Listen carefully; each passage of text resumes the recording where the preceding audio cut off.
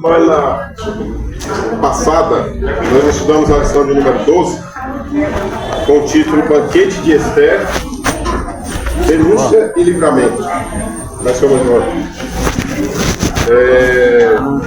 E naquela lição foi enfatizado os fatos que se deram durante o segundo banquete, né? Nós havíamos, acho que na lição 9 ou 10, havíamos falado ali sobre o primeiro banquete.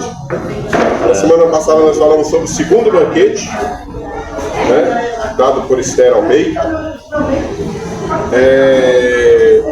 contando ali com a presença do ilustre Amã, né?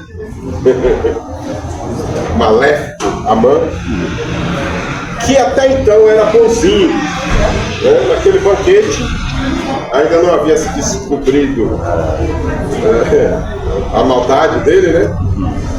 Pelo rei, para o rei, Amã, até aquele segundo banquete era bonzinho.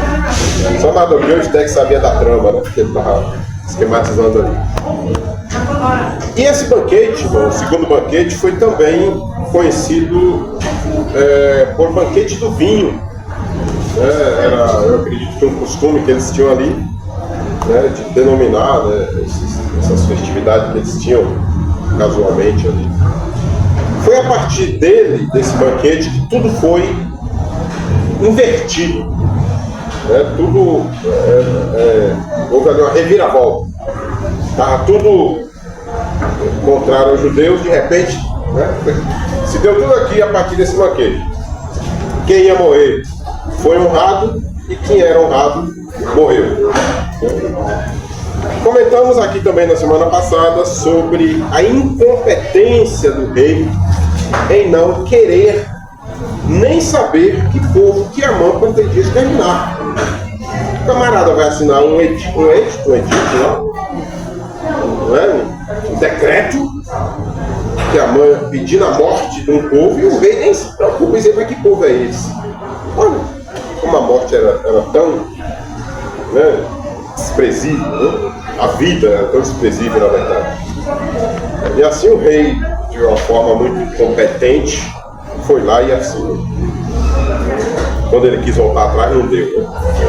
Falamos sobre a fidelidade dos recabitas, descendentes ali de Recabe, sobre...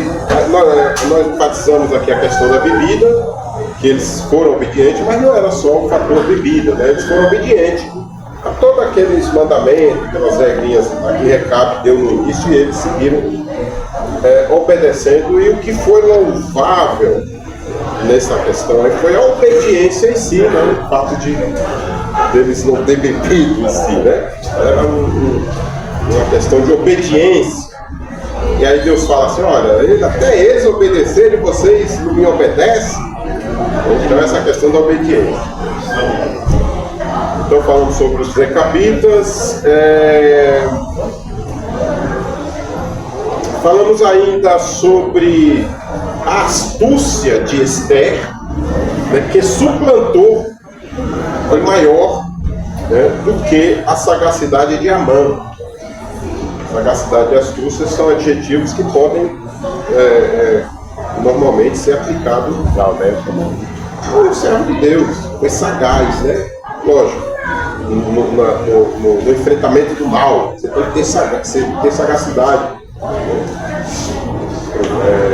e astúcia. E por mais uma vez, naquela aula, nós voltamos a falar sobre as supostas fatalidades no livro e na história de Esther, né? Eu coloquei aqui supostas fatalidades, porque não são fatalidades, né? Não existe fatalidade quando diz respeito. Aliás, não existe fatalidade na criação divina, né? Uma perspectiva humana, na nossa visão humana, aconteceu, acidente. Para Deus não existe fatalidade. E nós temos que ter essa visão divina. Essa perspectiva divina tem que ser adotada por nós, né? Eu achei muito interessante. Ultimamente eu estou assistindo bastante vídeo ouvindo, na verdade, só escuto, né? Do Luiz Saião. ele é extremamente intelectual, assim, né? E ele fala que não existe não é mais importante o espiritual do que o material na vida do crente. Esse negócio que a gente criou, isso aqui é espiritual, a gente dá maior valor, isso aqui é material. Não existe material. Tudo que você faz, tudo aquilo que vier para você fazer, faça bem feito. Tudo aquilo é determinado ali para que você faça, né, por Deus. Né? Ele fez uma distinção muito legal, depois eu vou trazer mais para frente. Tem um versículo que fala que quando fizer alguma coisa para o homem, faça como se estivesse fazendo para Deus. Então, sim, que é uma... exatamente. Então tem que viver essa realidade espiritual. Ele falou para Ezequiel, se eles querem ouvir ou não, vai lá e faz. E, bom, então chega de introdução, né? Na lição de hoje nós temos aí, aliás, chega de retrospectiva, né? Nós temos aí esse tema, Esther, a portadora das boas novas. A nossa última lição é uma lição conclusiva, uma lição de fechamento de trimestre. E embora não seja uma conclusão de toda a revista, né, mas apenas da história de Esther, porque nas 5 aulas que nós tivemos iniciais, nós fizemos uma conclusão da história de Ruth, Boaz, Noemi. E essa aqui é uma lição conclusiva, mas conclusiva no sentido aqui só da história de Esther. Né? Não deixa de ser uma lição de caráter conclusivo. Nela, ou seja, nessa lição veremos pontos importantes como o pedido de Esther e a autorização de Assuero para se defenderem de seus inimigos. Veremos que a rainha Esther é posta por Deus como uma espécie de arauto de boas novas, proclamadora, né, da salvação. Esther tem essa particularidade, né, dela, da pessoa da rainha Esther. E por último estudaremos sobre o papel da mulher cristã, de sua influência para com o mundo. Então, os 3 tópicos aqui trazidos pelo pastor Silas Queiroz vai abordar esses pontos, né, que nós acabamos de citar. Textual: e para os judeus houve luz e alegria, e gozo e honra. Para os judeus houve luz e alegria, e gozo e honra. Este versículo ilustra o efeito da vitória dos judeus. Né? Aqui neste versículo está resumido, está ilustrado com o desfecho final, a vitória final dos judeus. Ele fala exatamente do momento em que o rei concede aos judeus o direito de se defenderem de seus inimigos. Pouco tempo antes deste versículo ser escrito, Mardoqueu havia entrado em desespero, em estado de lamentação profunda, após o rei ter assinado o primeiro edito. Eu estava pesquisando, irmão, a gente fica meio embaraçado, né? Porque na verdade isso é que difere uma palavra de outra, é só o acento agudo, né? Édito e edito. E eu estava pesquisando e olha, é uma palavra pequena, mas tem uma complicação tão grande de você entender isso. Esse édito aqui é como se fosse um edital. Sabe quando sai edital para você fazer coisa para a Polícia Federal, para não sei o quê? Esse aqui é como se fosse uma ordem assinada, que manda. Mas os dois são de uso jurídico. Os dois, inclusive, podem ser substituídos um pelo outro numa frase. Né? Por isso que alguns falam édito ou edito. Né? Muda essa tonalidade da pronúncia, mas na verdade eles estão ali emparelhados no seu sentido.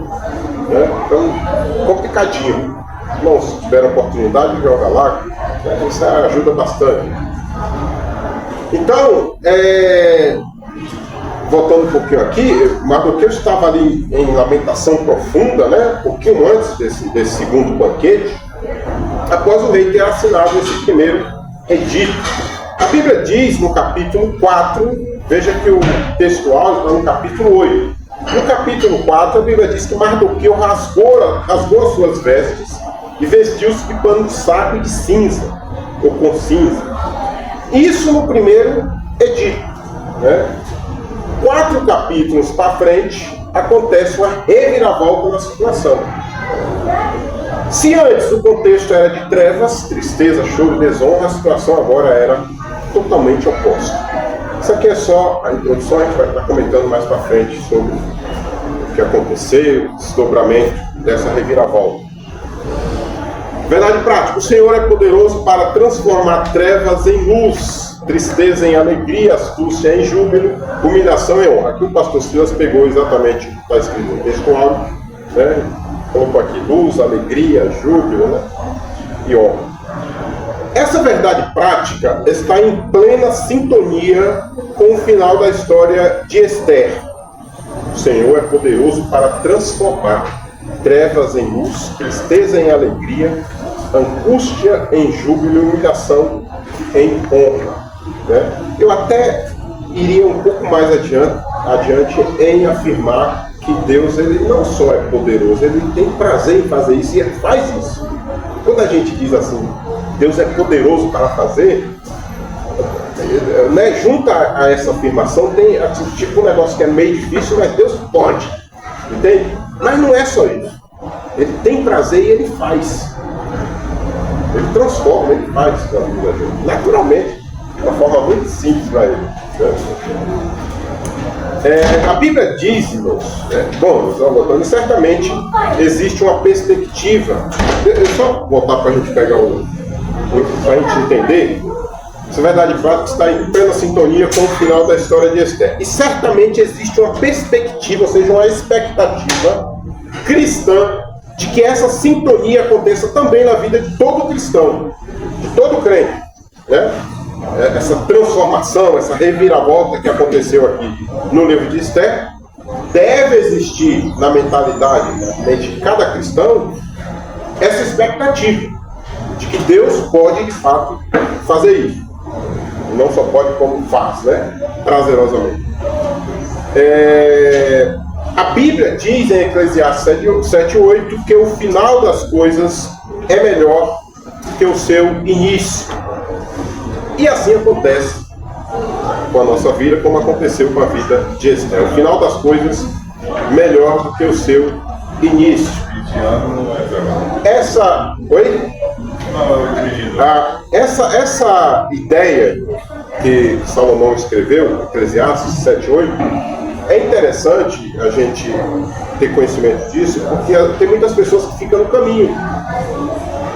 A luta é universal para todo crente, para todos, né? Individualmente para todo cristão.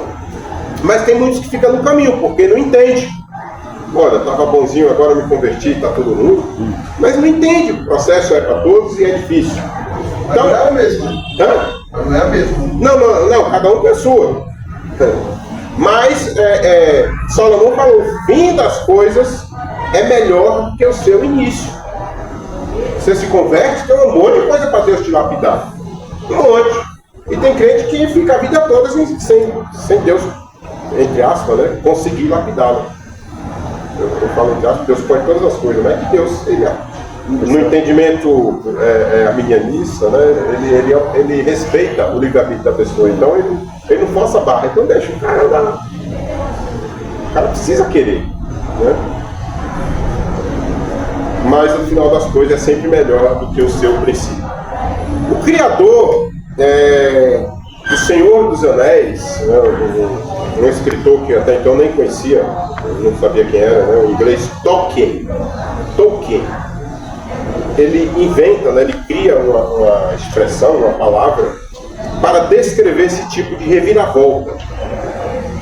O início é tribuloso, o início é o mesmo jeito de livro de Esther, mas o final é glorioso, é vitorioso, né? E aí esse criador do Senhor dos Anéis, que criou também aquele Hobbit, eu acho, né? E acho que o outro, muito bom filme, né? Ele criou uma palavra Eu procurei na internet essa palavra, associei a ele, a procura lá, a busca, mas não consegui achar. Mas eu peguei um comentarista que falou que ele criou e eu escrevi para trazer para os irmãos. E a palavra é hecatástrofe. É tipo uma catástrofe ao contrário. Né? Hecatástrofe. O que é uma hecatástrofe? Simplificando aqui a resposta. É quando tudo parece estar perdido e de repente acontece uma reviravolta e muda a situação. Isso é uma hecatástrofe. Sabe aquela situação que você diz, agora não tem jeito não. Aquele paciente que está lá, o médico já se enganou. É uma séria situação. Né? Eu estava vendo aqui esse comentarista falando e ele era flamenguista. E ele se referiu ao time dele que estava jogando, acho que a final de um jogo, não sei se foi sul-americano, sei que foi que o Flamengo estava jogando lá fora e estava tudo perdido no final, Gabigol foi lá, fez 2 gols, o Flamengo foi campeão. Ele falou que ali é o exemplo maior de catástrofe para ele. Mas é catástrofe na vida da gente, acontece, não tem de montão. Às vezes coisas pequenas, às vezes coisas grandes, você pensa que está tudo perdido e Deus entra lá e faz aquela reviravolta. É o que o homem aqui, Tolkien, fala que é uma hecatástrofe. Bom, seguindo a introdução, e aí, meu Luiz, por favor? O drama dos judeus nos dias do rei Assuero estava chegando ao fim. O rei editou um decreto concedendo o direito de defesa para as comunidades judaicas de todas as províncias persas. Esther agiu como difusora de boas novas e Mardoqueu foi engrandecido em todo o império. Amém. Aqui na introdução é dito pelo pastor Silas que o drama dos judeus estava chegando ao fim. E o primeiro sinal deste fim vitorioso dos judeus foi a morte de Amã. Né? Quando o nosso inimigo morre, ou sai de cena, né? Você já sente ali que o negócio está melhorando. Né? O tentador saiu, agora o prejuízo que ele está causando ali precisa ser resolvido. Né? É o que aconteceu ali. Então, o início, né, o ponto inicial ali, dessa vitória final dos judeus, era a morte de Amã. A aula de número 12, que foi a última aula, a penúltima, termina com Amã sendo enforcado. E esse enforcamento já foi um prenúncio, né, um sinal de uma grande vitória do povo judeu. Afinal, o grande mal que ameaçava o povo judeu, que está registrado no livro de Esther, teve como protagonista principal o agagita Amã. Sua morte, portanto, já era parte da vitória alcançada. Né? O inimigo perdeu. Amã, ele deixou um legado, né? Assim, destruidor, né? Se não fosse tomado as devidas providências por parte de Esther, Mardoqueu, ia acontecer, mesmo com Amã morto. Ele saiu de cena do livro e tal, da história, mas o negócio ia acontecer por causa de um simples decreto, que não era muito simples, né? Dos reis persas, que diz que não voltava a palavra deles atrás, né? Isso aí ficou até na história, né? A palavra de rei não volta atrás, eu acho que por causa disso, né? Não tem outra passagem da Bíblia que fala que a palavra de rei não volta atrás, só os reis persas lá. E por causa desse detalhe, ia acontecer a destruição, mesmo com o inimigo fora. Então, isso fica assim alguma coisa pra gente, né? Às vezes você consegue afugentar o inimigo, você consegue vencer, resistir o inimigo, né? Mas ele causa alguns danos, ele deixa, né? Daquilo que ele fez, daquilo que ele intentou fazer, e aí você tem que ir trabalhando isso também. Existem situações assim na vida da gente. Bota a criança no meio e dá uma metade para cada um. Que situação, né? Então, estava muito sábio ali, né? Aí a mãe que não era mãe, você pode cortar, tá certo? E aqui era mãe, não, pode dar para ele, pode dar para ela. Salomão muito sábio, né? Primeiro sinal de sua sabedoria. Bom, então o tópico de número 1, né? Vamos lá? Não dá? Por favor. o pedido de defesa aos judeus e a concessão do rei, a humildade de Esther e suas súplicas.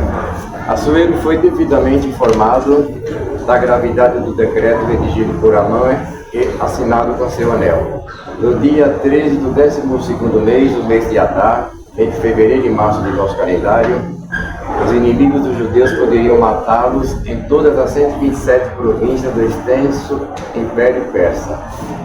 O que poderia ser feito para evitar esse extermínio em massa? De maneira reverente, com toda humildade, Esther suplicou ao rei que revogasse sua ordem, pondo fim ao intento de Amã. Assuero fez ver à rainha que já havia tomado as medidas que estavam ao seu alcance, como o enforcamento de Amã, mas que não poderia revogar o decreto assinado. Havia ainda um desafio para os judeus. Confiar em Deus não nos isenta de fazer a nossa parte. Amém. Obrigado. É importante observar que, embora o responsável direto pelo decreto que exterminaria todo o povo judeu estivesse morto, aquela ordem não poderia ser anulada. Ela ainda estava em vigor e prestes a se cumprir. Mas é bem possível que, após ter o real conhecimento de que Amã, de que era Amã, né, e ser informado sobre a gravidade do mal que ele intentou fazer contra os judeus, o rei não mais agia despropositadamente, ou seja, sem motivo. Porque até então, ele não via motivo para dizer não, para dizer sim, ele simplesmente acatava os conselhos, as opiniões, né, as sugestões. O que aconteceu com a Amã? Foi lá, apresentou um negócio para ele, tem um povo aí que não te obedece, nem me prostra perante mim e tal, parafraseando aqui. E o rei ali, sem compromisso nenhum, foi lá e assina, né? Só que depois que ele descobriu o mal que ele queria fazer, que Amã queria fazer com o povo, matando inclusive o judeu Mardoqueu, que ele conhecia, o rei conhecia, né? Depois ficou sabendo que a sua esposa era judia também e tal, aí ele se deu conta, que besteira que eu fiz, assinar um decreto para matar, né, as pessoas. Então, é isso que eu comentei aqui, né? Depois dele ter o verdadeiro conhecimento de Amã, ser informado sobre a gravidade do mal que Amã tentou fazer contra os judeus, o rei deixou de agir despropositadamente, sem motivo, com mais atenção. Possivelmente, a partir de então, ele se envolveu mais no caso, até para tentar recompensar perante sua esposa a sua demência passada, ao fazer de forma cega a vontade de Amã. Então ele queria, de alguma forma, isso aqui é tudo especulação, mas parece que o rei, de alguma forma, depois que ficou sabendo, né, o mal que ele disse, olha, eu vou ter que fazer alguma coisa, minha esposa vai morrer, e a vergonha, né? O rei chegar assim, olha, poxa, como é que se assina um negócio, né? As pessoas vão morrerem, agora eu sou judio, como é que vai fazer? E parece que ele se sentiu meio que, vamos usar o termo aqui, envergonhado, né? E ele queria de alguma forma correr atrás, tá? Recuperar, né? O pastor finaliza este primeiro subtópico, pastor Silas, dizendo que confiar em Deus não nos isenta de fazer a nossa parte. Confiar em Deus não nos isenta de fazer a nossa parte. Aqui, precisamos voltar naquele velho problema de muitos crentes, que muitos crentes têm, de espiritualizar tudo em sua volta. Tem muitos crentes que até os dias de hoje ainda vivem essa realidade de espiritualizar tudo que existe em sua volta. E não está errado você, mas esse ensinamento, de forma como é ensinado, leva muitos a se acomodar na esperança de que Deus vai operar, como eles dizem. Deus vai operar, Deus vai entrar em ação, né? Deus isso, Deus aquilo, mas se acomoda e não age, né? Aquela velha situação que a gente comenta de vez em quando, né? O cidadão quer um emprego, fica em casa orando, jejuando, mas não sai para buscar, né? Essa é a questão. Ainda acorda meio-dia. Ainda acorda meio-dia, né? E aí a Esther me mostra totalmente o contrário. Ela percebia que existia um agir sobrenatural, né? A Bíblia não fala em nome de Deus nem nada aqui, mas ela percebia que a mãe morreu, o rei a aceitava sempre que ela ia, né? Estava bastante, então era perceptível que existia alguém, Deus trabalhando por trás, mas ela não deixava de agir com prudência, insistência, fazer o papel dela. É isso que o pastor Silas foca nesse tópico, né? Você não esperar que Deus, né? Confiar em Deus não nos isenta de fazer a nossa parte, sair para a batalha. Aliás, o cristão tem que batalhar, guerrear mais do que os outros. Aquela história lá aquela safada do homem que estava morrendo afogado, Deus vai me salvar, Deus mandou tal, e depois ele morre, chega no céu, mas se eu for aqui, eu salvaria. Eu mandei um barqueiro, mandei um barquinho, mandei uma canoa, mandei tudo, você só espiritualizando. Deus vai me salvar, mas Deus está mandando salvar. Então tem crente que espiritualiza a situação. Quando na verdade tem que arregaçar a manga e mandar vir. Segurança jurídica. Lembra qual por favor? Viu? 2.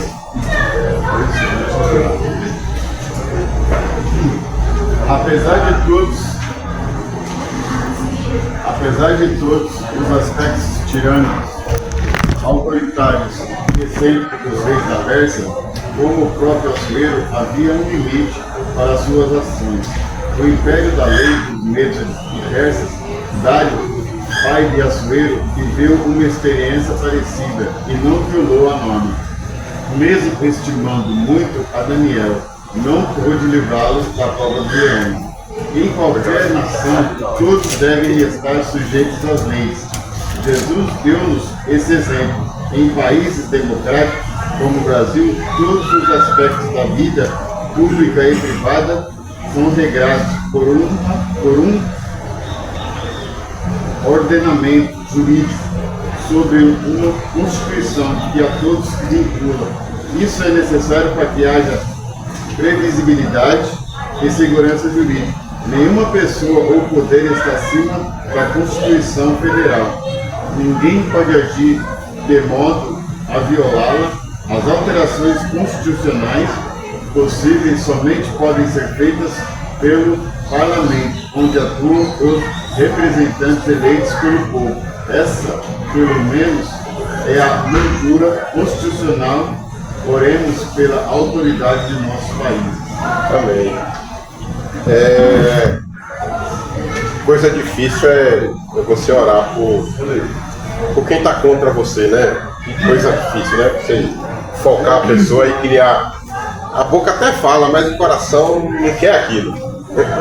É complicado, né? Não é a minha intenção aqui de fazer o papel de advogado do diabo, mas eu não sei como o pastor Silas chegou a essa conclusão de que o rei Assuero era um tirano, autoritarista, excêntrico. Eu não estou aqui para defendê-lo, né? Porque eu sei que era um rei ímpio, tinha seus males, suas ações, comportamentos pervertidos e tudo, né? Mas a Bíblia não fala sobre tirania, sobre ditadura, não deixa muito subentendido isso. Lógico, devemos levar em consideração, né, que eu não tenho aqui tanto conhecimento quanto o pastor Silas Queiroz, mas a minha impressão é essa. A verdade é que eu não consigo ver estes aspectos no rei Assuero. Eu vejo ele muito, perdão da palavra, bunda mole, sabe? Tudo que ele ia fazer, ele pedia conselho. Eu vejo ele meio assim, né? É lógico, o pastor Silas aqui fala também nos pais, nos outros descendentes dele, que acho que eram tiranos e tudo, mas ele em si não mostra esse lado. Sobre o rei Dário ser o pai de Assuero, né? Existem algumas controvérsias, mas isso não vem ao caso. O ponto aqui a ser destacado é que ambos os reis viveram a mesma situação. Tanto o rei Dário ou Dario, né? Está sem o acento, é Dario, quanto o rei Assuero viveram a mesma situação. Em um período tão próximo um do outro. E mais, os dois foram reis da Pérsia. Então parece que tem até alguma coisa aí de, né? Não sei, Deus por trás disso. É só conjectura. Os dois, rei Dário e rei Assuero, assinam um decreto e depois se arrepende. O rei Dário disse que não dormia à noite. No caso do Daniel que estava lá, ele gostava de Daniel, ele assinou, né? Parece que os dois eram meio assim, assinar, seja o que for, entende? Não existe outro relato na Bíblia sobre essa situação. O rei assinou e teve que voltar atrás no fogo, mas os dois aqui juntos. Sobre a violação das leis, todos sabemos que isso é impossível.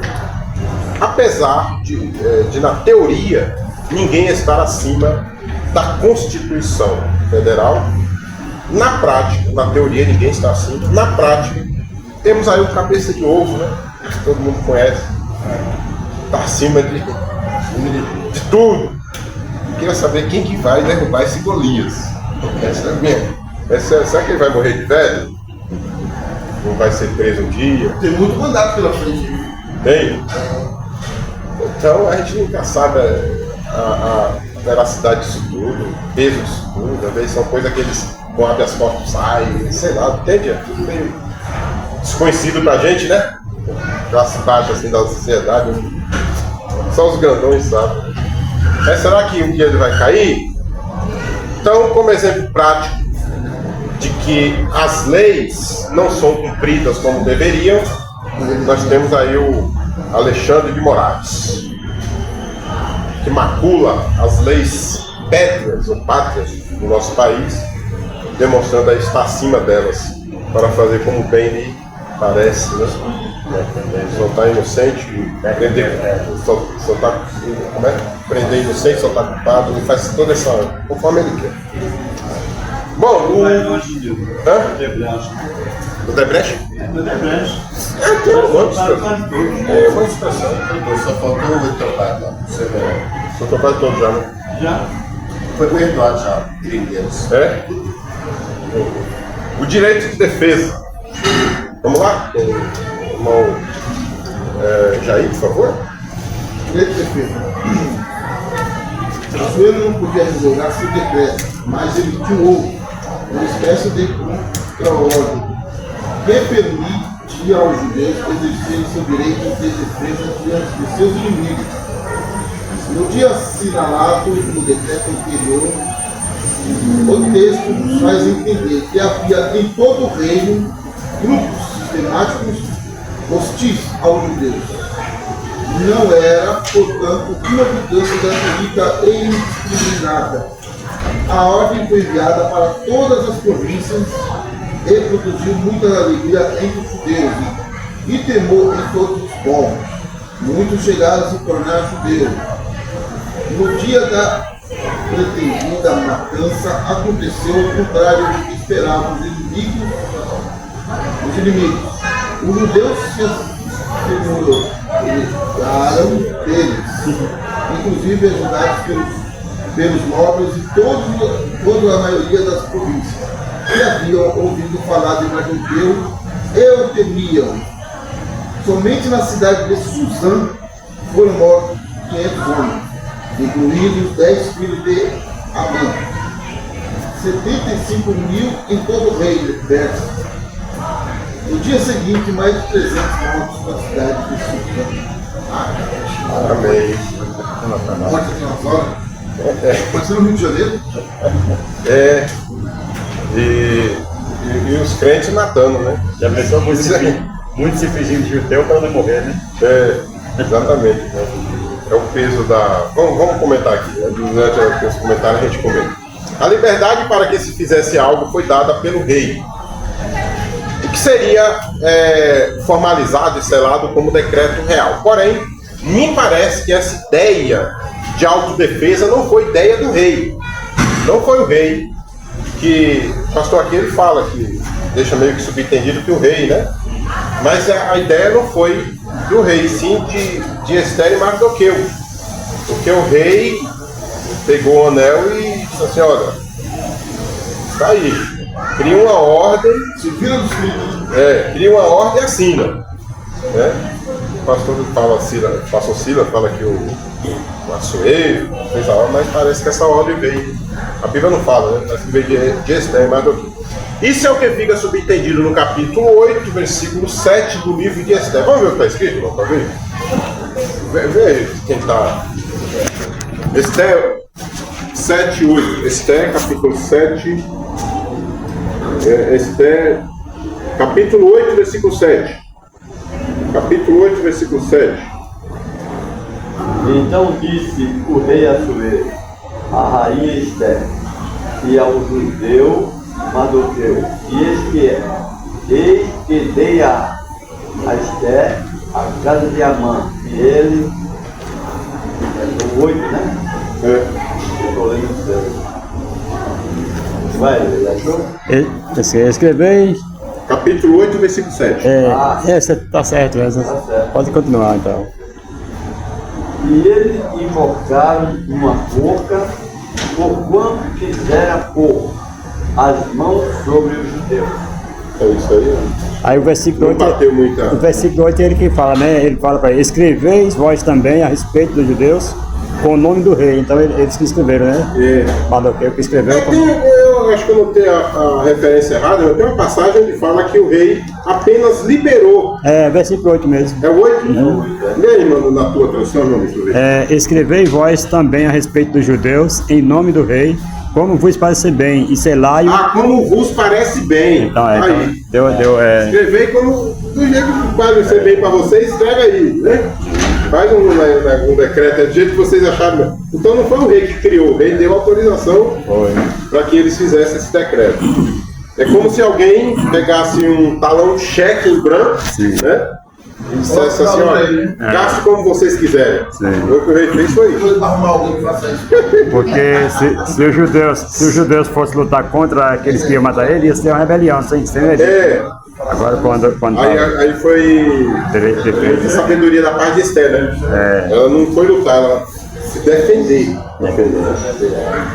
Só tinha um. Nessa daí, o rei, ele falou assim, tô fora, vai do jeito que vocês quiserem.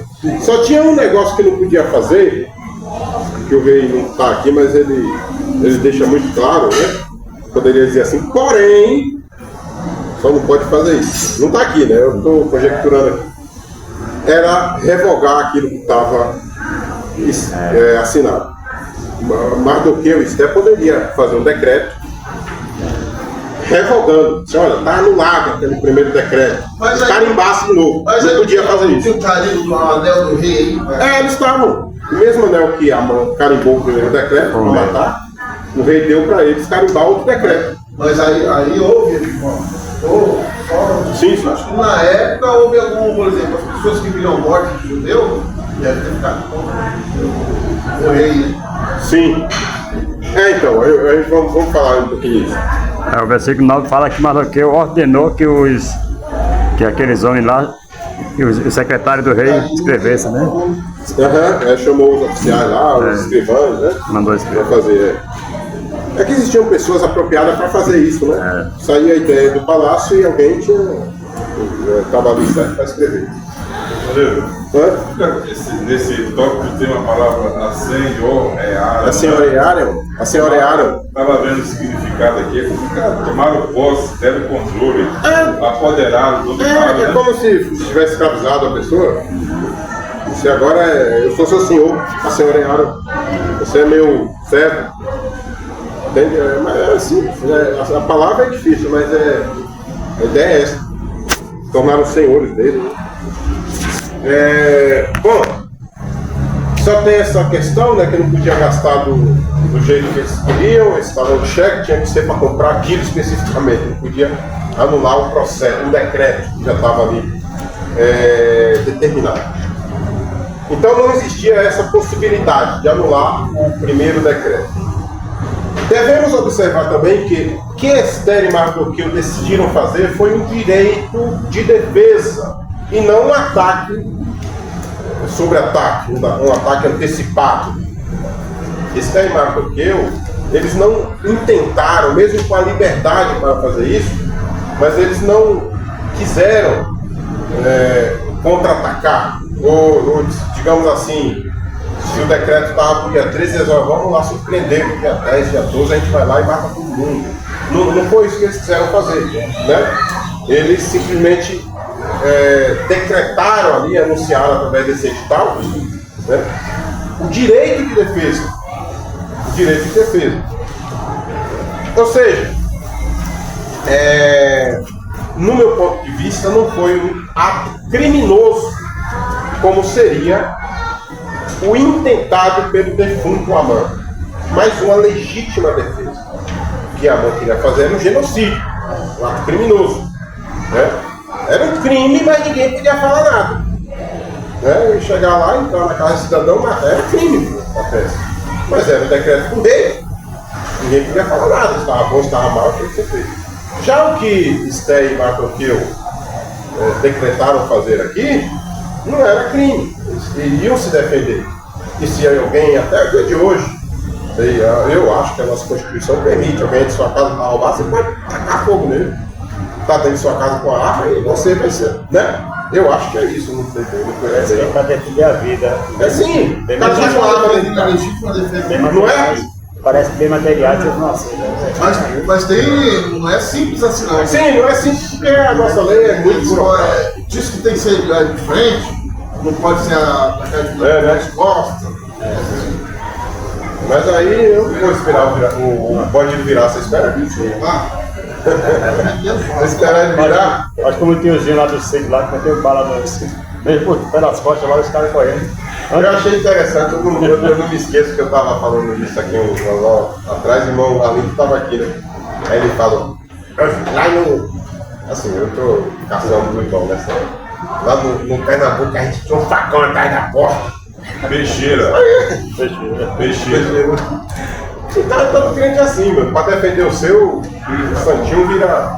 Né? Um gatinho vira leão. Vamos lá. Os números são significativos, até porque aqui eu já estou falando aqui para a questão dos números, quantos morreram, quando morreram e tal. Os números são significativos, até porque eles revelam quantos inimigos aproximadamente faziam parte do partido de Amã. Esses 75 mil que morreram, aproximadamente eram os que queriam matar os judeus, né? Foram mortos, que atacaram os judeus, mas foram mortos. Então esses eram do PT, né? Aliás, eu criei aqui o PC. PCdoB. É só para brincar, né? É o PC do A. Partido Comunista dos Descendentes de Agag. Partido Comunista Descendentes de Agag. Tem um D aqui, descendente de A, mas é só para brincar. Contudo, essa revelação não estão sintonizados, né? Os que queriam matar os judeus, eu estou tentando fazer um pai desse partido aqui, os que queriam matar os judeus, 75 mil foram os mortos, né? Mais ou menos esse número. Contudo, essa revelação não é precisa, não é exata, visto que muitos viraram a casaca e mudaram de lado. Era a atitude mais correta. Não podemos deixar de mencionar neste último comentário a este subtópico, porque muitos, em função das notícias acerca das honrarias feitas ao judeu Mardoqueu, seguida pela morte do primeiro-ministro do rei, o Agag Amã, em função disso, o responsável pelo primeiro decreto de aniquilamento dos judeus, Amã, né, morreu. Muitos abandonaram o PC do A e se filiaram-se ao PEN, Partido Democrático de Esther e Mardoqueu. Ou melhor, agora imagine, você está lá, você é um inimigo do judeu, você quer matar o judeu, aí de repente você ouve a notícia, Mardoqueu ganhou uma batalha contra a mãe, matou a mãe e toda a família dele.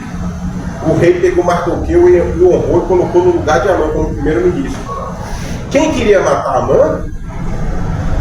a ação mais correta e mais sábia deles era mudar pro lado de Mardoqueu, virar a casaca. Entende? Com medo, né? É com medo. Porque o cara que matou. Pelo fato, né, Maria? Pelo fato de Esther estar lá dentro do palácio, deve ter fornecido. A rainha Esther, aí ficaram sabendo, não, Mardoqueu é judeu. Deu a armas, rainha Esther é né? judeu. Quem é que vai lutar com esse judeu? Deu armas para os judeus. E muitos tinham conhecimento do Deus. Mas o povo todo sabia que a Esther era judia, não? Ficou sabendo depois, né? Ficou sabendo depois, né? Isso foi anunciado. Isso foi anunciado depois. Isso não era hoje, amanhã. Passa meses, passa dias. Até porque se fosse no princípio de tudo, ela. Aí ninguém sabia. Ninguém soubesse, ninguém ia fazer tudo. Mas após correr a notícia, tudo isso, imagina que deve olhar com a ótica divina. Ver que Deus está por trás. Vamos trabalhar Traçando ali, né? Será que a mãe já sabia que Esther era judia? Porque ele chegou furioso já para matar no dia seguinte antes de morrer? Será que ele morreu sabendo que ela era judia? porque acho que ele soube ali, porque ele chegou para Biliose e aproveita para matar ele no dia Isso é seguinte. tão difícil para mim fazer cronologia dos assuntos assim para encaixar. Ele queria matar no dia seguinte o Mardoqueu, só que foi lançado sorte e foi para um ano depois. Aí, o Edson era bem à frente, né? Mas esse pedido dele foi logo em seguida, no segundo banquete, né? Eu não sei se ele morreu sabendo. Ele tinha se era judio ou não. acho que ele tinha pressa, acho que ele pensou assim, É só depois de muita leitura do livro de Esther que a gente começa a entender muita coisa. Né? Mas vem pensar para a nossa época agora, a política. O Alckmin, ele nunca ganhou para Presidente, Aí o que ele fez agora? se juntou com Se juntou com um danado, né? ganhar o dele, né? E ganhou dele. Falou, se eu ficar lá, eu não vou a lugar nenhum. Então, a conclusão que eu coloquei aqui, somente os sem noção conservariam suas posições contrárias aos judeus. Somente quem não tinha noção permanecia confrontando os judeus. Vamos para o próximo então? 2, atrasadíssimos. E aí, irmão? Moisés, 2, 1. Tópico 2, subtópico 1. A comemoração dos judeus. Comemoração dos judeus. Achou não? Não. Achou, irmão? 2 e 1. 2, 1. Sim, a comemoração dos Moisés judeus. é Ah, 1. tá aqui, tá. Então vamos lá. Então, vamos lá. A comemoração dos judeus.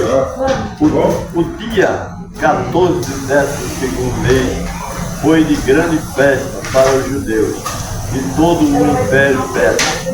Sentimento de alívio pelo grande livramento tomou conta do povo judeu e precisava ficar marcado. Mardoqueu registrou os fatos e escreveu cartas para os judeus de todas as províncias, instituindo uma festa comemorativa, a festa do Purim. Amã havia lançado sorte para matar os judeus no dia 13. Agora o dia 14 seria estabelecido como um dia de festa, um feriado nacional a ser escrito na história judaica, para comemorar o livramento que Deus dara ao povo judeu. Também. Bom, existem 7 grandes festas judaicas descritas na Bíblia. No livro de Levítico, capítulo 23 e 25. Oi? Até dia 13, o PT já será que fez, Então, Ah, é verdade, mano. né? 13, né? Eu tava lendo isso aí, tá lembrando. Puxa, 13 e o número 13. e o número E tem uma outra coincidência aí, o número 13, que a mãe queria matar, é a véspera da Páscoa judaica, né?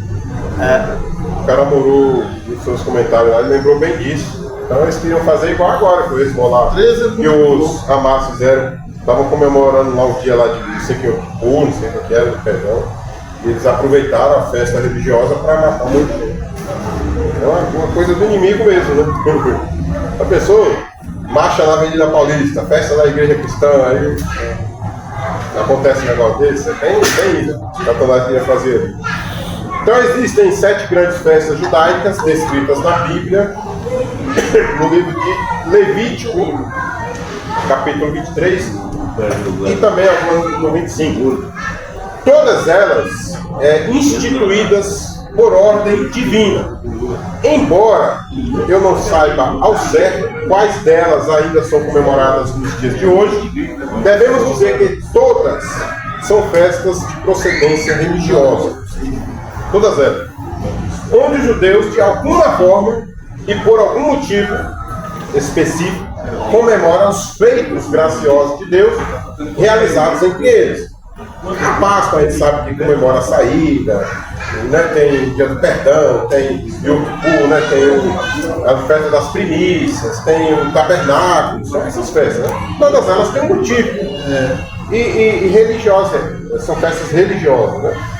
No caso da festa de Purim, ela não está ali em Levítico, pois a história de Esté não havia sido escrita ainda, né? Foi escrita bem depois do livro de Levítico. E também não é uma festa que foi instituída por Deus. Não foi Deus que instituiu, deu a ordem ali, né? Comemore isso para o povo. Não. Foi uma festa que ali Mardoqueu, né? Esté certamente criaram, né? E cravaram anualmente. No caso, contudo, é também uma festa que comemora algo realizado por Deus. Nesse caso aqui da festa de Purim, os motivos da festa de Purim e o porquê ela foi criada é o que está em pauta neste subtópico. Os motivos por que ela foi criada. Lê, irmão Ronaldo, agora por favor, 2. A carta e a declaração de Esté. Depois da primeira carta enviada por Mardoqueu, Esté imprime uma segunda carta, confirmando a instituição da festa de Purim, por 2 dias de duração. Era a primeira vez que a rainha Esté se dirigia ao seu povo. Ao sair da festa, a instituição da festa estava fundamentada agora em um decreto real. A festa entrou definitivamente no calendário judeu e é comemorada até os dias de hoje. Irmãos, aqui tem um detalhe também que é na revistinha, eu estou na revistinha hoje. Eu não sei se. Não, está na leitura bíblica em classe. Eu estava lendo ali agora e eu observei, eu não sei se foram 2 cartas, né, 2 escritos feitos pela rainha, como fala aqui o pastor. Depois da primeira carta enviada por Mardoqueu, Esté escreveram a segunda carta. Eu não sei se houve de fato 2 cartas ou foi uma única carta que foi reafirmado o seu envio. Eu li também. Está escrito aí, eu entendi. Vê se o irmão Luiz acha, alguns irmãos. É versículo 29 do 9, Depois disso escreveu a rainha Esté, filha de Abiú, e Mardoqueu, judeu, com toda a força, para confirmar a segunda vez. Confirmar a segunda foi uma confirmação. Eu acho que não foi 2 cartas que eles escreveram, né? São detalhes, mas a gente tem que atentar a isso também. O pastor Silas falou primeiro da festa propriamente dita, né? Como vimos no subtópico anterior, ele fala aqui das festas. E agora nesse subtópico fala do decreto que instituiu a festa. Fica claro, fica bem claro, aliás, que o primeiro edital era para avisar da reação de autodefesa autorizada pelo rei Assuero. E agora, um segundo edital, estou seguindo aqui o raciocínio do pastor Silas, né, como se fosse de fato 2 cartas. Esse segundo edital agora estava sendo enviado, obviamente depois da peleja, ou seja, depois da matança, com o objetivo de fixar 2 dias de comemoração pelo livramento dado por Deus ao povo. Fixar como festa, né? Então, mais uma vez falando, seguindo aqui o que o pastor Silas entendeu, né? Se for um envio só, a gente vai ver de uma outra forma. Mas se houve de fato 2 envios, 2 cartas, a primeira foi para avisar do decreto de defesa, que o povo estava livre para se defender, né? O conteúdo da primeira carta, e o conteúdo da segunda carta era só para fixar a festa de Purim, né? E foi realmente isso que aconteceu. Essa é uma das festas judaicas que são celebradas atualmente. Nesse ano de 2024, por exemplo, ela foi celebrada entre os dias 23 e 24 de março, na festa de Purim, celebrada entre os judeus. Eles pegam no pôr do sol de um dia e vai até o pôr do sol do outro dia, né? Na verdade, contando ali, seria 24 horas. São comes e bebes, é isso? Olha, eu ouvi certa vez, sabe aquela brincadeira que a gente faz com Judas? Tacar pau, queimar, jogar pedra. Eles fazem com a mão. Põe a mão lá, um corte, sei lá, e começa a brincar com as crianças. Entende? Como simbolizando ali que teve uma vitória sobre o inimigo, a mão como inimigo. E a gente faz com Judas. Aqui não faz, não. Na Bahia fazia muito. Pegava o Judas, queimava. É mais ou menos isso. Na nossa época fazia, hoje faz mais. Hoje não faz mais não, né? A carta e o decreto de Esther. Agora vamos para o próximo, a exaltação de Mardoqueu. Vamos lá, quem não leu ainda, por favor? Irmão Rogério. Manda ver, mano. A exaltação de Mardoqueu.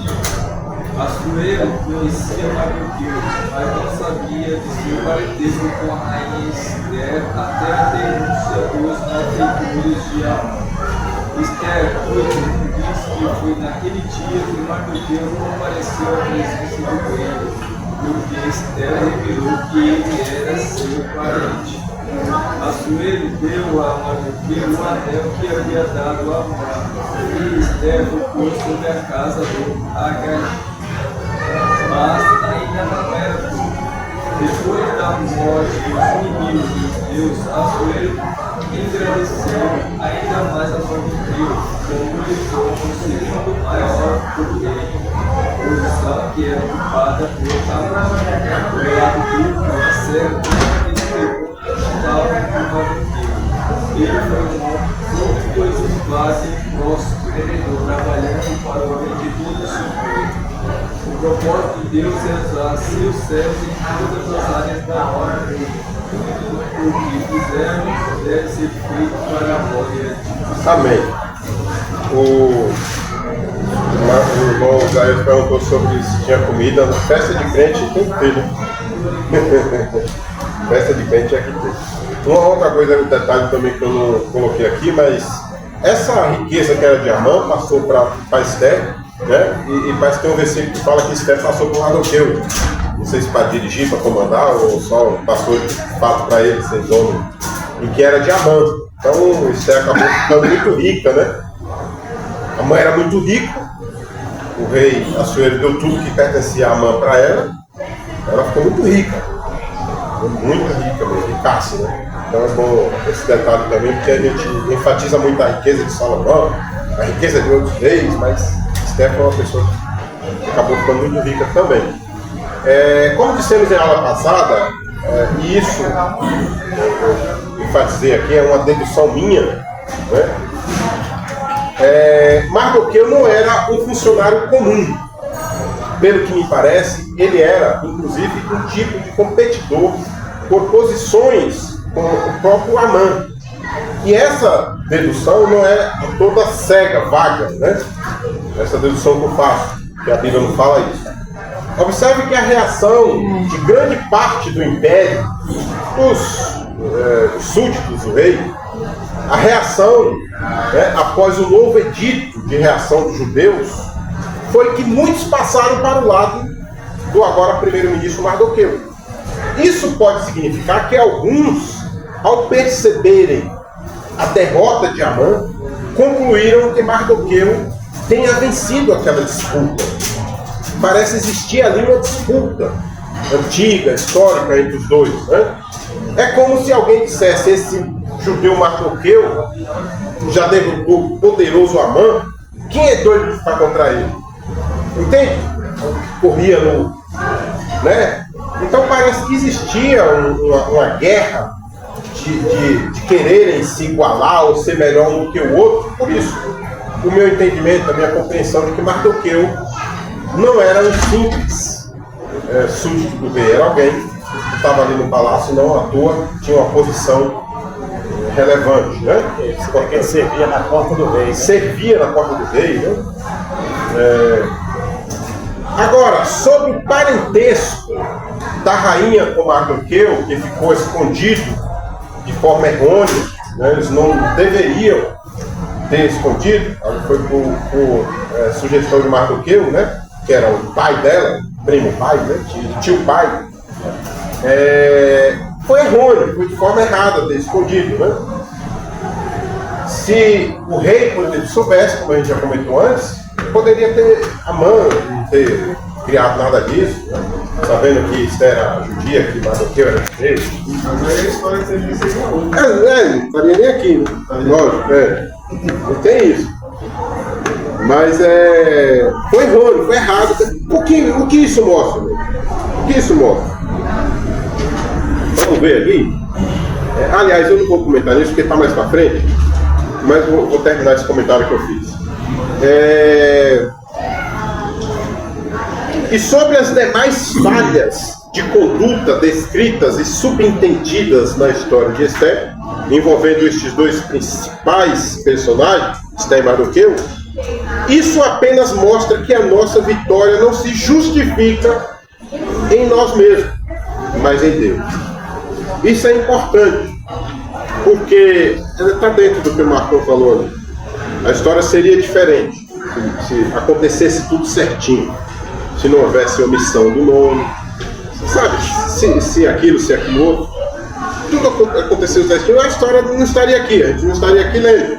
E qual que é o objetivo, o propósito de Deus, como autor principal dessa história? Escrever essa história e fazer com que nós leamos. É entender que por trás dos nossos erros, das nossas ações, existe alguém que vem atrás, consertando, nos instruindo, fazendo dar certo, né? Escrevendo certo em linhas tortas, é o ditado popular, entende? A gente olha para a história não só de Esther e Mardoqueu, com seus erros, né? A gente já falou aqui que Esther teve que se deitar com o rei ímpio, sendo uma judia, isso é pecado capital na Bíblia. Prostituição, né? Podia. E aconteceu isso. E no final, a vitória. Mas como assim? Esther pecou, né? Não é adultério que ela não é casada como é a outra, ela fornicou. Entende? Mas como assim? Deus ainda deu vitória? É o que acontece com a nossa vida, né? Agora, fazendo um espelhamento correto, a gente tem que ver a atitude e a ação de Esther depois de tudo isso. Por isso que Davi, depois de todo pecado e aquela coisa terá, ainda diz que é o segundo coração de Deus, porque Davi, ele não se desapegava de Deus. Ele tinha seus erros, suas falhas, mas ele, quando precisou, Esther e Mardoqueu caiu aos pés do Senhor e foi buscar. Quer dizer, eles não tomaram o pecado como uma derrota e disseram, não, agora já era. Não, Davi teve um erro, Vários, né? Davi teve vários, né? Um dele foi adúltero, foi assassino. Mas quando. Não, mas por causa de um principal que foi a mulher do. É que o erro de Davi, digamos assim, é dividido em dois aspectos, duas fases, né? Duas coisas. Um erro só. Ele cometeu vários ali. Duplo em um, né? Dois em um. Uma só ação, ele. Adultério. Mas quando o Natan chegou, esse homem é estúpido, ele Então, se jogou aos pés. exatamente. Você reconheceu o seu erro e disse, eu preciso de Deus. É isso. É isso que Deus. E aí Deus entra junto com você em juízo, né? Ainda na hora que ele estava. Isso é a maior história da Bíblia. Você quer. Ele está na mão dos homens ou na mão de Deus? Na mão de Deus, que Deus é misericordioso. Sim. Bom, então vamos pro próximo. Vamos pro próximo aqui, 3, pra gente, 15 minutos aqui para terminar essa aula. 3 aí, por favor. Qual que é? Prada aí. Um dos Uma três. mulher notável. Mardoqueu e Esté exerceram um papel de altíssima relevância do Império Persa, principalmente em relação ao povo judeu. Para isso, não foi preciso disputa ou inversão de papéis. Esté chegou ao cargo de rainha, sob profundo respeito, obediência e honra ao primo Mardoqueu, que ele havia criado como filha na condição de rainha, soube ser humilde, prudente e muito equilibrado. A forma como se dirigia e honrava Assuero contrastava com a atitude irreverente de Vasco. A firmeza moral de Esté fez dela uma mulher notável. Ela entendeu o propósito de Deus para a sua vida. Amém. Este terceiro e último tópico, falando dos três juntos aqui, né? Os três subtópicos, abordam e enfatizam o papel e a importância da mulher. E nesse primeiro subtópico, no contexto do livro de Esté, que nós estamos lendo aqui, né? Essas mulheres são representadas pela própria rainha. A própria rainha representa a mulher e seu papel diante de Deus, diante da humanidade, né? Aliás, uma representação de gala. A rainha Esté representando as mulheres, que representação boa, né? A posição da Esté, quem era, o que ela fez. Mas a primeira observação que devemos fazer aqui é que estamos falando de um Deus soberano. Soberano em poder, em glória, em honra, em tudo de bom, né? Deus é soberano. E isso quer dizer que aquilo que para nós é surpreendente, que aquilo que para nós é comovente, confuso e até absurdo para alguns, para Deus é natural. Muitos acham absurdo. Pastora não sei quem, profetiza não sei quem, missionária não sei quem. Por quê? Porque o nosso contexto é disso. Nossa visão é para Deus, irmão. Isso aí é besteira. Entende? É muito besteira isso. É muito natural. A soberania de Deus, sabe, por si só não permite que Deus se limite àquilo que eu entendo, que eu penso. Não imagine Deus dizendo assim, não, eu vou agir conforme o José Wellington entende, daquele jeito. Vou agir conforme, sabe, você entende, daquele jeito. Não, essas limitações que são colocadas aí é muito banal, como o pastor fala aqui, né? Estava lendo um documentário essa semana que no sul de Minas, lá da Bahia, a ausência de homens, obreiros é tão grande que os homens vão para a cidade trabalhar que as mulheres dirigem tudo. As mulheres é que condenam. Aí os homens vão lá só uma vez por mês para dar Santa Ceia. Eu tinha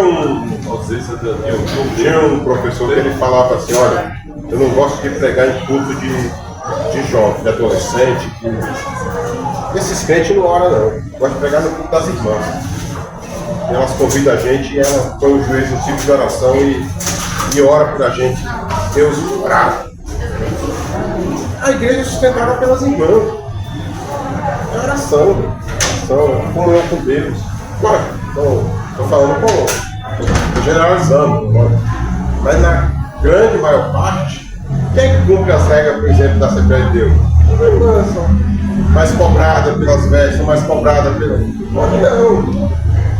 O terno já é, tem muitos que exibiram o Nelson deles, que exibiram que levam, né? Mas é as irmãs que carregam essa. Inclusive no livro de Isaías, pouco se fala na esposa dele. Isaías.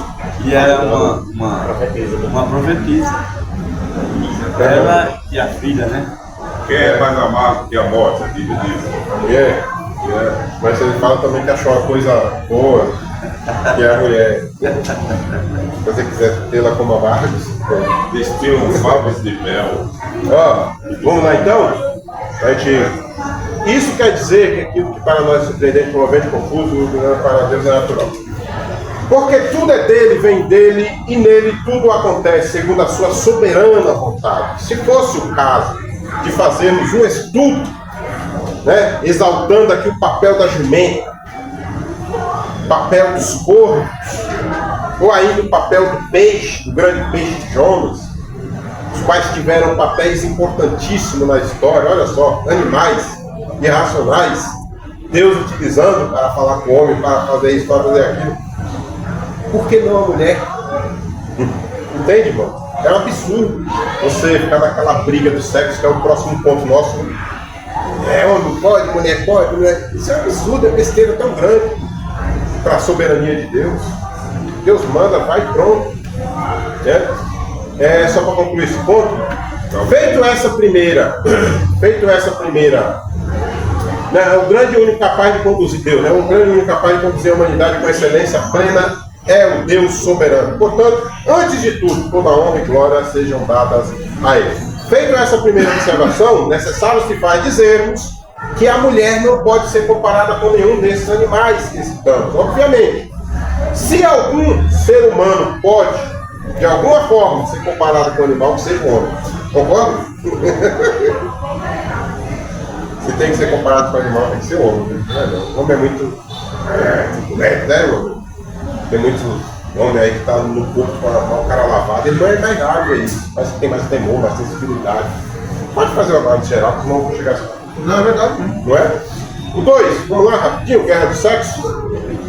10 minutinhos. Quem pode ler aí? Bom, Luiz. Deus não entra em disputas banais como a tal guerra dos sexos, que visa instilar ódio e aversão entre homens e mulheres. O Criador nos fez macho e fêmea com constituição e papéis distintos, os quais estão claramente revelados nas Escrituras. No final, julgará a todos conforme a lei perfeitas e justas que estabeleceu. Deus não é afetado por partidarismo e ideologias sexistas. Por isso chama homens e mulheres para serem relevantes no mundo. A mulher tem muito a contribuir no meio de Deus e no bem-estar de toda a sociedade. Amém. É interessante que isso é verdade. Deus não é afetado por partidarismo e ideologias sexistas, né? Entrar nessa questão de briga de sexo aí. No entanto, mesmo sabendo disso, a gente vive essa realidade. Vive essa realidade. Não convém falar de novo. Mas o pastor Evandro era um que tinha uma barreira. Mulher no cadela, homem. Quem conheceu sabe que eu não estou mentindo. Nosso querido pastor Evandro era assim, nesse sentido, né? Mas vamos lá. Eu particularmente entendo que Deus, em sua plena justiça, age levando em consideração a capacidade concedida por Ele mesmo a cada ser, seja ele macho ou fêmea. É o que fica subentendido na parábola dos talentos. O que está na parábola dos talentos? Deus deu muito, cobra muito. Se Deus deu um pouco, cobra pouco. Está tudo certo. Né? Se Deus, a Bíblia fala que a mulher é inferior em questões, não sei, não sei. Ele diz que a mulher é inferior. Deus vai cobrar conforme essa inferioridade que ele as criou. Entende? Se fez o homem com mais capacidade, em algum sentido, eu não estou falando que o homem é mais, Deus vai cobrar o homem. Entende? Então existe essa justiça da parte de Deus, né? Mas Deus é questão do dom também, que é cobrado. Questão de dom. Do dom? Não, mas é esse dom que está falando. Deus não vai cobrar menos de quem deu muito e nem vai cobrar mais de quem deu pouco. É justiça. Né? Agora, se fulano está capaz para fazer isso, se não, é um ciente, né? Sabe o que tem um ditado, é que mulher consegue fazer mais de uma coisa ao mesmo tempo, né? Sim. Isso é conversa para muito livro. Falei, minha mulher, não acredita nisso não. Se você colocar o GPS, você dirigir, você não consegue. Ela não consegue olhar o GPS dirigindo, né? Eu já percebi isso também. Não consegue. Tem muitas coisas que não consegue. Então eu acho um absurdo, irmão, um crente machista. Infelizmente, precisamos conviver com comportamentos, atitudes e até palavras de cunho machista. Isso talvez nem seja culpa dos que assim agem. talvez não seja nem culpa dos que assim agem, mas culpa de uma cultura histórica e universal deturpada, imposta através da força física do sexo masculino e alimentada pela ignorância do próprio ser.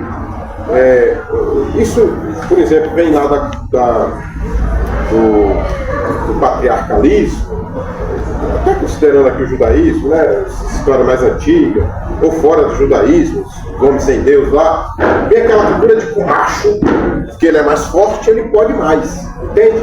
Isso vai, ao longo do tempo, se avolumando e deturpando cada vez mais, e chegou até os nossos dias. Hoje está essa guerra que a gente vê na mídia, na televisão, para tentar colocar a mulher no mesmo patamar do homem. Não tem isso aí, feminismo, uma coisa hoje em dia, porque isso veio se deturpando. E na igreja vem se alimentado isso aí, essa ideia.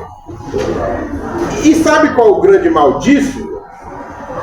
Sabe aquela máxima que diz que a letra mata e o espírito vivifica? É isso.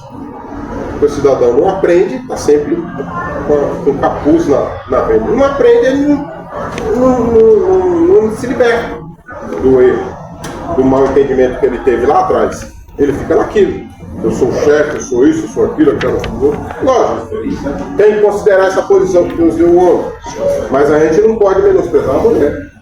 No detrimento disso. Ela é a disjuntora, né? Disjuntora. Eu acho que a mulher é muito mais forte que ele. Em muito sentido. Eu acho.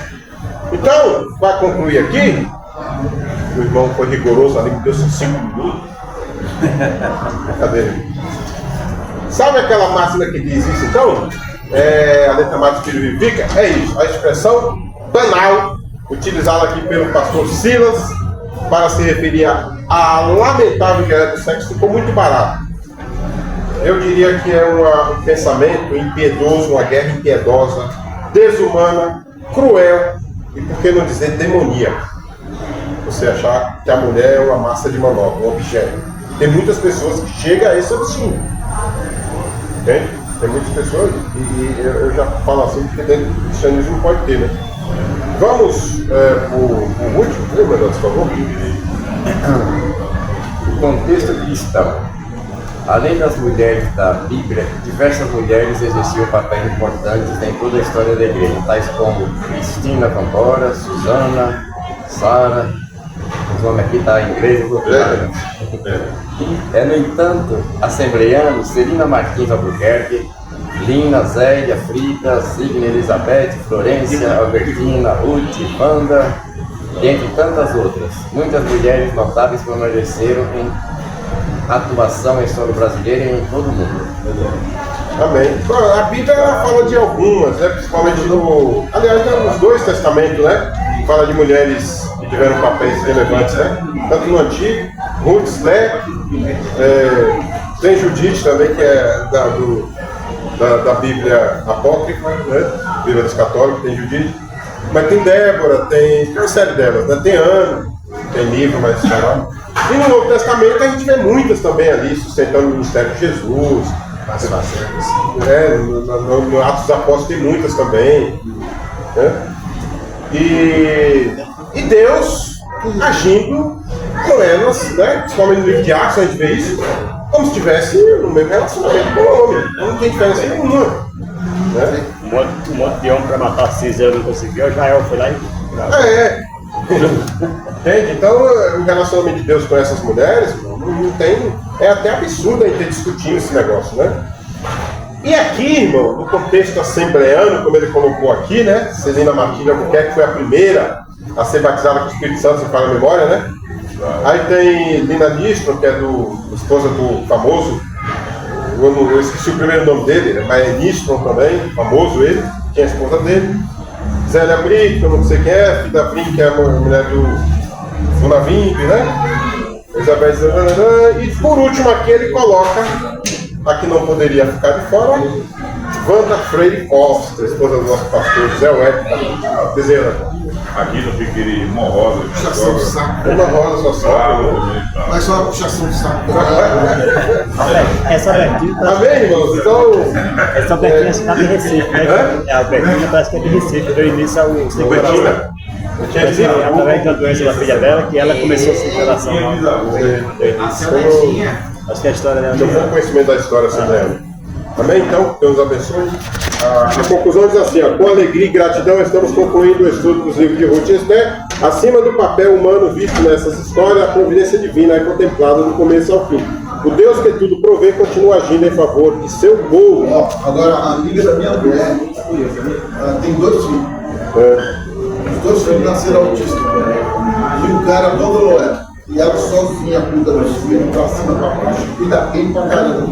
Você precisa ver, isso é bonito, cara. Mas é um trabalho, eu vejo. Por isso que eu falo que homem. Trabalho com uma mulher tem. É por isso que eu Não é falo. fácil. Tem muita mulher ruim, mas homem tem mais. Você concorda ou não? Você concorda com isso? Deixa eu falar, e a dedicação dela, Ai, Deus. acordar, meu, é difícil, cara. Já pensou? Eu já vi hospital. Tipo a palavra aí, o pilantra do homem, o pai abandonou. E às vezes tem até condições de dar uma ajuda.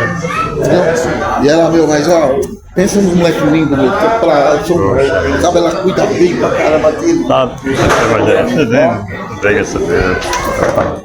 É parecido. Estava vendo aqui, o salmista Davi, ele falou, né, que ele poderia cometer todos os pecados, mas de abandonar a Deus, ele fala, né, eu tenho feito a vontade do Senhor e nunca cometi pecado de abandonar a Deus. Quer dizer, ele cometeu vários pecados, mas não abandonou, né? Cometeu, sim, cometeu, mas se arrependeu. Acho que é isso que ele...